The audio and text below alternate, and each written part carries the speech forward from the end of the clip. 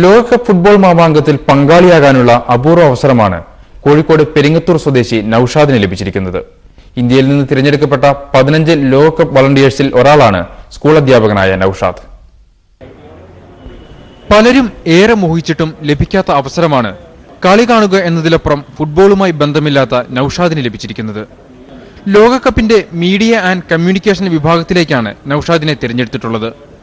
June 18 മുതൽ 15 ദിവസത്തേക്കാണ് സംഘാടക സമിതി ഇദ്ദേഹത്തിന്റെ സേവനം ആവശ്യപ്പെട്ടിരിക്കുന്നത്. ഇന്റർവ്യൂവും ഓൺലൈൻ പരീക്ഷയും അടക്കമുള്ള കടമ്പകൾ കടന്നാണ് നൌഷാദ് ഡർബനിലേക്ക് എത്തുന്നത്.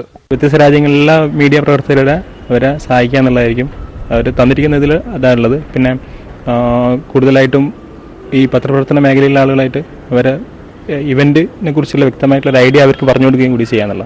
ദുബായിലുള്ള സുഹൃത്തിന്റെ നിർദ്ദേശമനുസരിച്ചാണ് നൌഷാദ് വളണ്ടിയർ ആകാൻ അപേക്ഷിച്ചത്. NSSന്റെ സംസ്ഥാനത്തെ മികച്ച വളണ്ടിയറായി തിരഞ്ഞെടുക്കപ്പെട്ട അനുഭവത്തിന്റെ കരുത്തിലായിരുന്നു നൌഷാദിന്റെ സാഹസം. മുംബൈയിലെ ദക്ഷിണാഫ്രിക്കൻ എംബസിയിലായിരുന്നു അഭിമുഖം. തുടർന്ന് ദക്ഷിണാഫ്രിക്കയുടെ പാരമ്പര്യവും സംസ്കാരവും മറ്റും മനസ്സിലാക്കി കൊടുക്കാൻ ഫിഫയുടെ വക ഓൺലൈൻ ക്ലാസുകളും.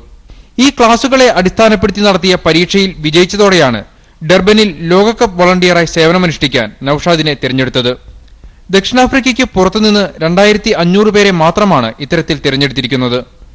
ഏറ്റെടുത്തിരിക്കുന്ന ദൌത്യത്തിന്റെ ഉത്തരവാദിത്തം ശരിക്കും മനസ്സിലാക്കിയിരിക്കുന്ന നൌഷാദിന് ആശങ്കകൾ ഏതുമില്ല. ഒരുപാട് ഉത്തരവാദിത്തങ്ങളുടെ ജോലിയാണ്. പ്രത്യേകിച്ചിട്ടും വേറെ രാജ്യത്ത് പോകാണ്. അപ്പൊ നമ്മളെ കമ്മിറ്റ്മെന്റ് അവർ പ്രത്യേകിച്ച് നോക്കുന്നുണ്ട്. അപ്പൊ ആ ഒരു കമ്മിറ്റ്മെന്റ് ഉള്ള ആൾ മാത്രമേ അവർ നമ്മളൊരു അഭിരുചിക്ക് അനുസരിച്ച് മാത്രമേ കാര്യങ്ങൾ മുന്നോട്ട് നീക്കിയിട്ടുള്ളൂ. ജോജി ജെയിംസ്.